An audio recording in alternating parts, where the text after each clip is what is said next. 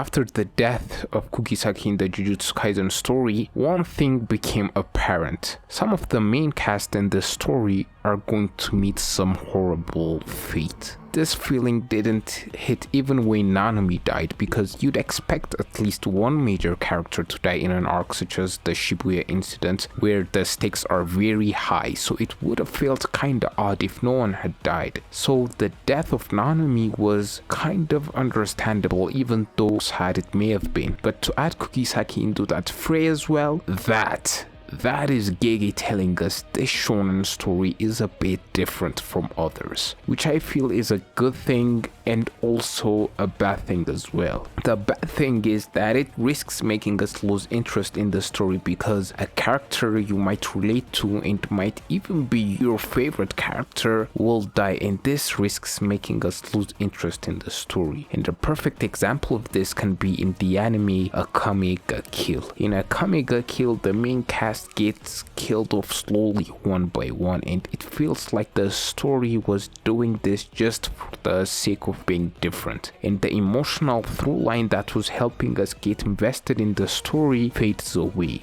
But I feel like doing such things like killing a prominent character, if done right, far outweighs the negatives compared to the positives, which Jujutsu Kaisen does. Like the death of Nanami, the mentor archetype, which we see in stories many times. It's almost a trope, I feel like. We see it in Naruto with the death of Jiraiya, death of Rengoku in Demon Slayer, Genkai in Yu Yu Hakusho, so on and so on. So the death of Nanami, even though it was surprising, it was nowhere near as shocking as the death of Kugisaki, because she was the main trio of the show. She's in the posters and stuff. How could this even be? It's as if Horikoshi decided to kill Uraraka, or if Kishimoto killed Sakura.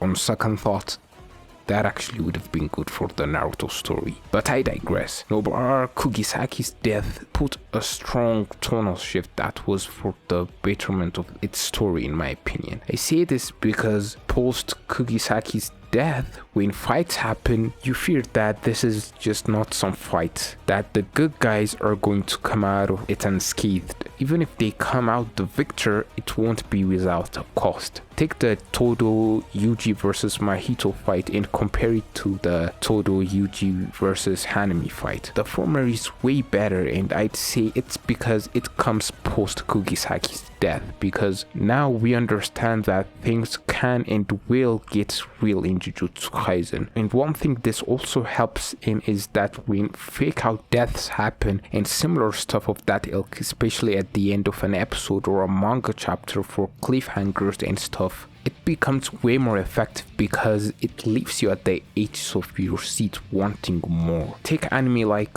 Bungo Stray Dogs for example. Even though I love that anime dearly and it has some of my favorite characters in anime, it does a lot of fake out deaths, and I mean a lot. So when we see a character is about to die, I don't get worried because I know they're going to be alright, and it makes you lose that thrill and suspense during those moments. And you don't get that with Jujutsu Kaisen because of what happened with Kugisaki, and it's not like the story of Jujutsu Kaisen is reliant on those deaths to be a good story. It was a really good story before that, and this I feel like takes it to another level. Jujutsu Kaisen is carving out its own identity, which I feel like it's difficult doing nowadays, where new gen stories like Black Clover and My Hero Academia, grade those stories maybe, they didn't quite fill the void of their predecessors like Naruto and Bleach. And Jujutsu Kaisen, I feel like, has done that at least a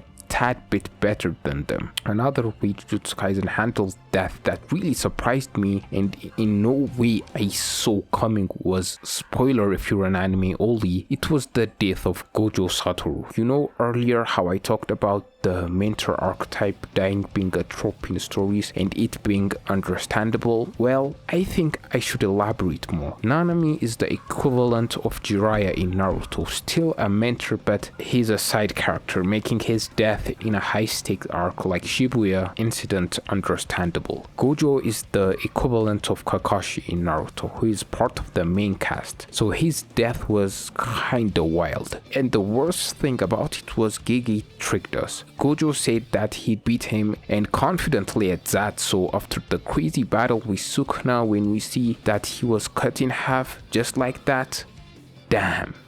That was even more surprising than Kugisaki for me, because I'm sorry to say this to the Kugisaki fans out there, but with Kugisaki gone, it was not like her death would cause a huge story shift. Even though it changed the tone of the Jujutsu Kaisen story a lot, she was sort of replaceable because Maki was there, and the way Maki's character developed, I don't think it was a horrible decision by Gege offing off Kugisaki. And don't get me wrong, I don't feel the death of Gojo is a bad decision at all, because it's not the type of death that occurred for shock value, but it sets up the final showdown between our boy Yuji and the big bad Sukuna. The only question I have is, how is Gege going to make it believable? How is Gege going to make Yuji defeating Sukuna believable, considering there is a huge power gap between them? But I'm a Gege believer, so we'll have to wait and see. This is all I have to say for today, and if you've made it this far, please don't forget to like and subscribe. It will mean a lot. And with that said, see you in the next one.